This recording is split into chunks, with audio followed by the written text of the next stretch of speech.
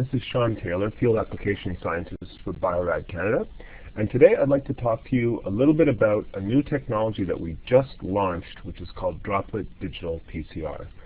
This technology is very complementary to qPCR in that it allows you to actually get much more sensitive data. So essentially, qPCR is able to do an excellent job. If we look at this figure here, qPCR does a really good job up to approximately 30 to 32 CQs. So this figure is a dilution series of a template. It's a standard curve, if you will. 10-fold dilution series of a template in a master mix of exactly the same primers and mix. So you can see that we start off with a high copy number and we work our way down in a 10-fold dilution series all the way down to a very, very low copy number. The issue that you're faced with qPCR, as with any technology, actually any analytical technique, is that ultimately as you go lower and lower in dilutions, as you're trying to get better and better sensitivity out of the assay eventually will start to fail. And you can see that here in the second to last dilution where these are technical replicates. So these are the same exact master mix pipetted over 5 wells. And you can see that the reproducibility is lost here. We have very tight replicates in all the initial dilutions, as you can see, but once we get to this dilution here, you have separation by up to almost 1 CT. So the difference between that curve and that curve is almost one cycle threshold or 1 CQ, which is a lot. That's a 2-fold difference actually in gene expression. And then the other replicates are separated by almost a half a CQ value, which again is a very large expression difference. So this would be very difficult to resolve as you get to this low copy number. If you go to the next dilution down, you can see that even out of 5 replicates, only 2 of them actually worked out of the 5. The other 3 didn't work. The reason why this is happening at this low dilution, this low copy number end of the curves, is because the primers in the complex mixture that we're using, the primers in this 20 microliter reaction are having trouble finding the diluted template. So the less and less abundant the template is in the solution, the more and more difficult it is for the primers to land at a given time at the same time. So you end up with situations where you have this spread of cycle thresholds, or in the case of very dilute samples, you have situations where you don't even amplify. That could either be because the template is not in the solution, or it could be because the primers just are never able to randomly find the template easily, and only in two of the samples was the template even able to be found by the primers during the reaction. So this problem can be alleviated. So qPCR obviously works very well between around 10 and 30 to 32 cycles. Once you go above 32 cycles, it gets more and more difficult to get very good, nice, tight quantitative results. And that's where Droplet Digital PCR really helps and really comes into play here. Droplet Digital PCR really has it complements qPCR, especially for applications that require either very high precision, for example, copy number variants. Copy number variants require precision.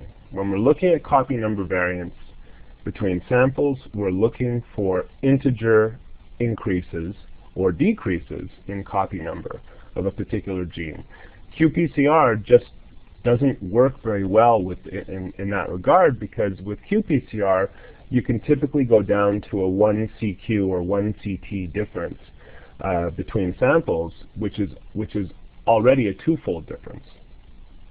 But with droplet digital PCR, you can go down to even below a one-fold difference between samples. You can easily determine one-fold differences, but droplet digital enables 1.2-fold differences even to be measured. So way below the precision of qPCR, which is very, very good.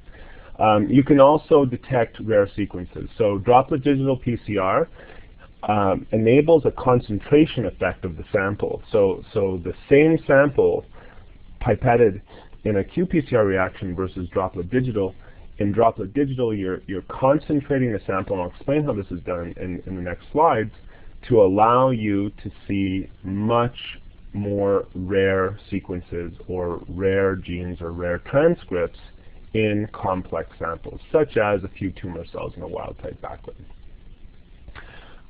Also for single-cell analysis, so on the same theme, we're getting into now doing single-cell analyses with our samples, and because of the high degree of cell-to-cell variation among homogeneous single-cell populations, including in stem cells, there becomes a need to analyze single cells to understand what's going on in a particular cell that we've modified. And droplet digital gives you the sensitivity to be able to examine even low copy number targets in single cells. Finally, for gene expression and microRNA analysis, gene expression analysis, I would say, for the majority of time, should be reserved for qPCR. But there will be times where you will be looking at, and I'm noticing an increase in frequency of these times, where people are looking at very low copy transcripts in smaller and smaller samples. So they're looking at very small amounts of tissue samples. They're looking at single cells. People are looking at also very small amounts of genomic DNA in a complex mixture from environmental samples or from clinical diagnostic samples, where they need to determine increases or decreases in gene expression from virtually nothing. And also microRNA analysis. This is becoming very big with respect to biomarker discovery.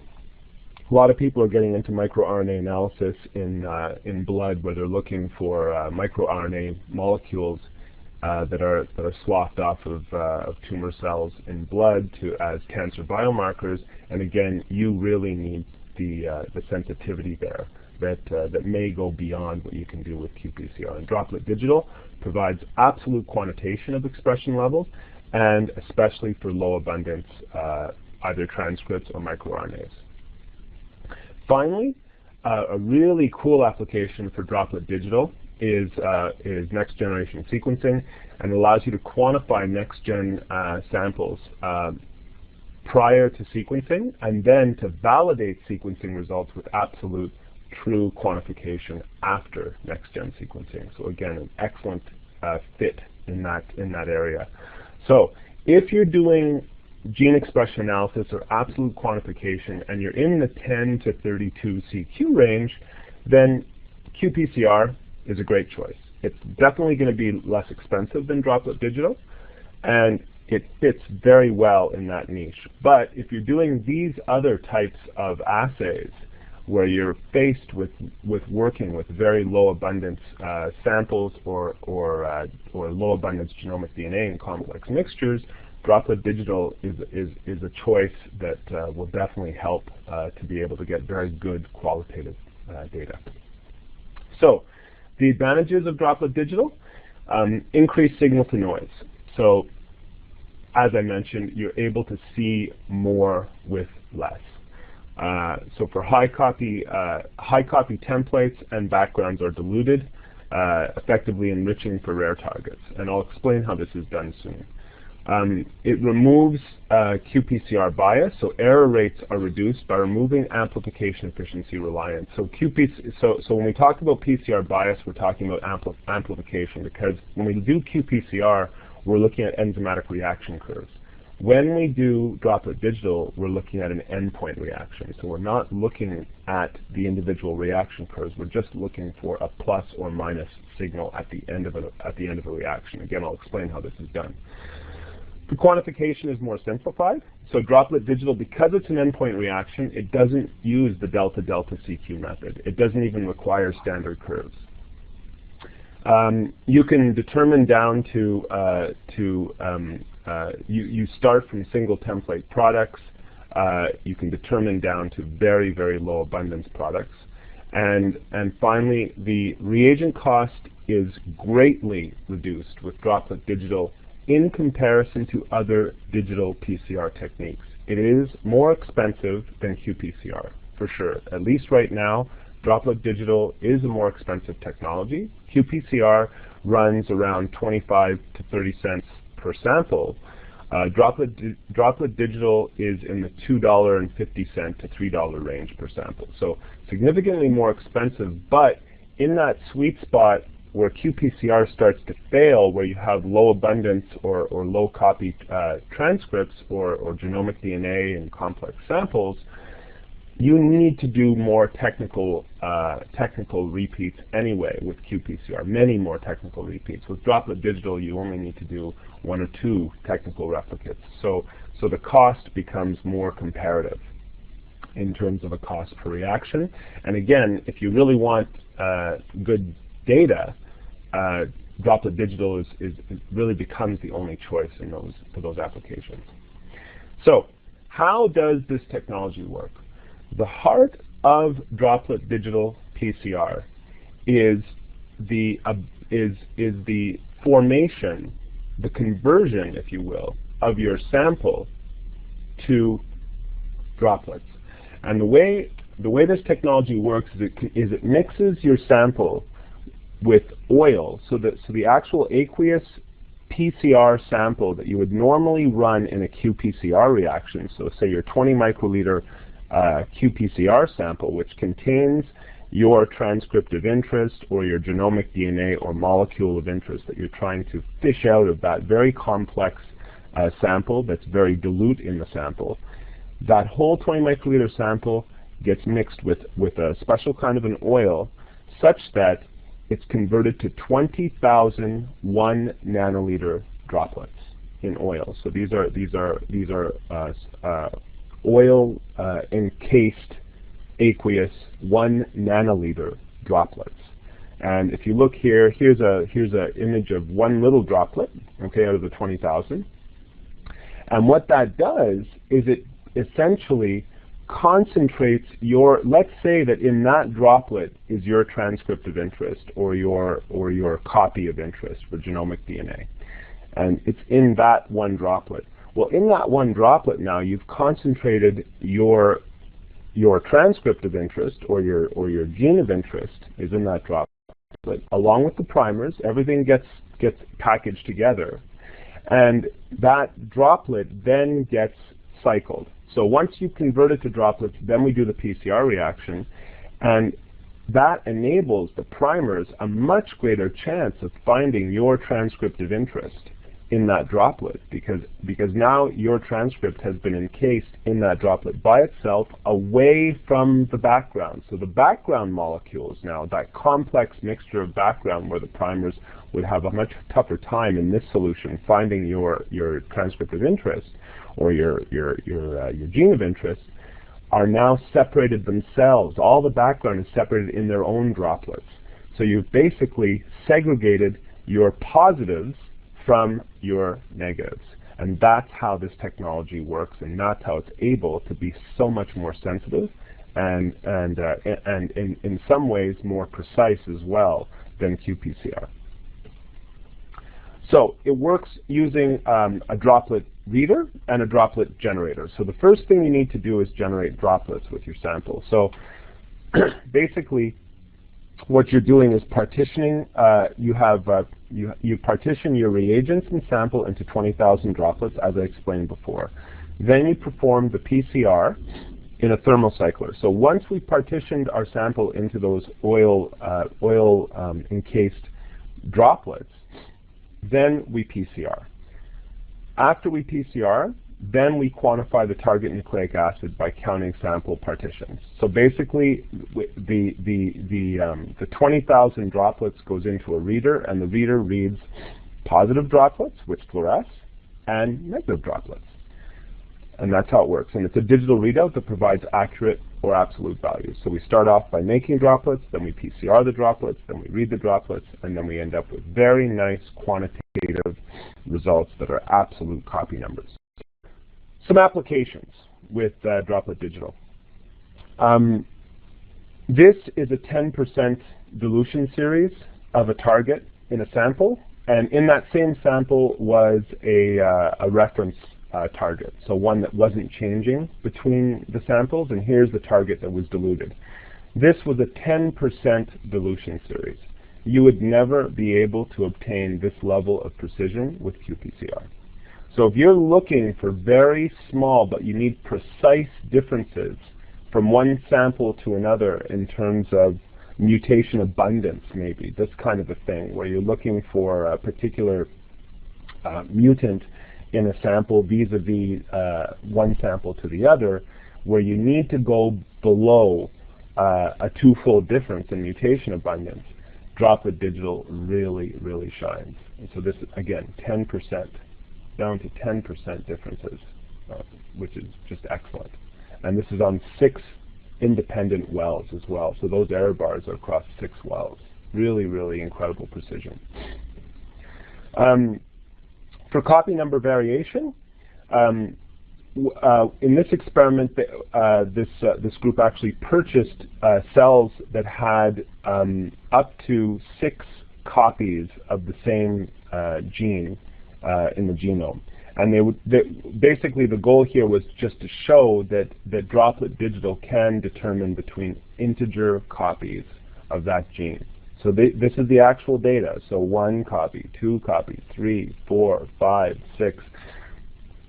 qPCR would never be able to do this either. With qPCR, your error bars would be much, much larger, because qPCR really is not very precise below a single CQ, which would be a 2-copy difference.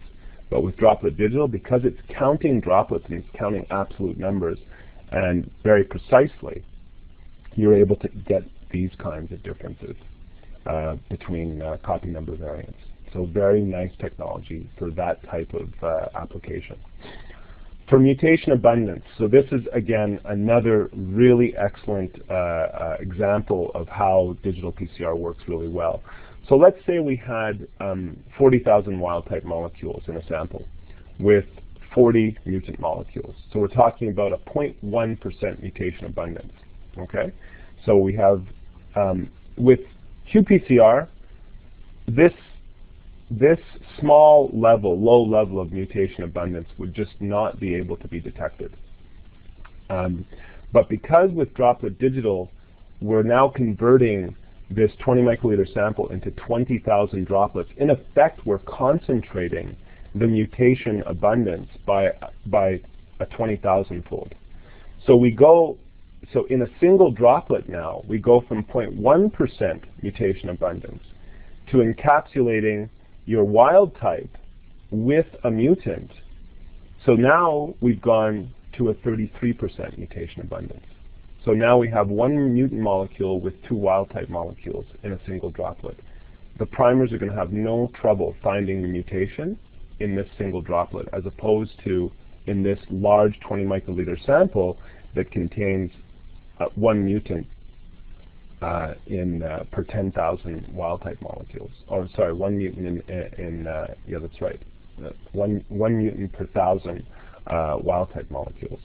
So it's much more, much easier for the primers to find the mutation, and then to quantitate the levels of mutant.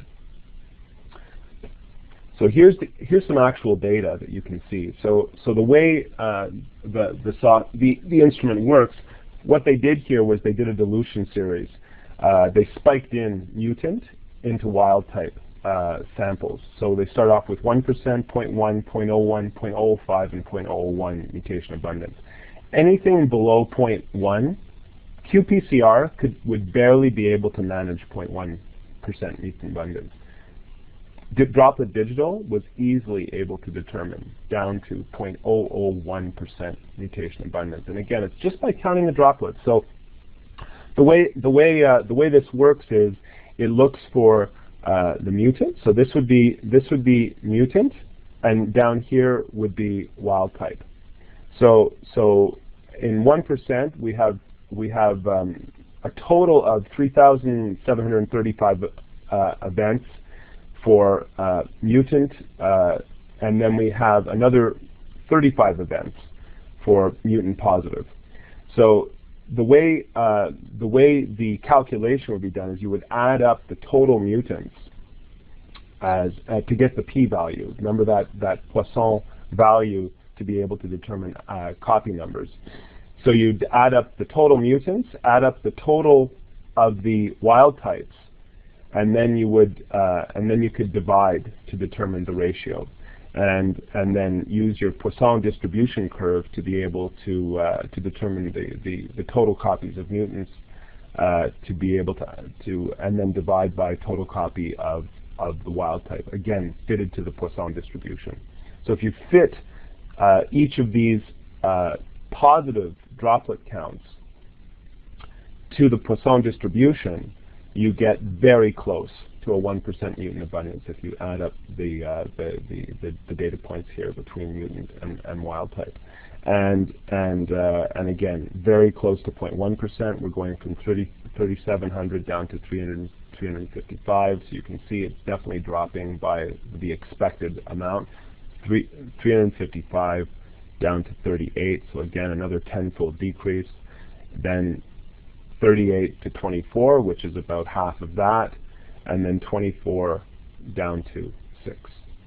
So very precise counting, something that you could never do with qPCR, for mutation abundance. So if that's an application that you're working with, this would be an excellent technology to be working with. This could also be, if you wanted, microRNA molecules in a complex blood sample, where you're looking to detect very small levels of microRNA in a complex mixture. You'd end up with a very similar type of result here using Droplet Digital.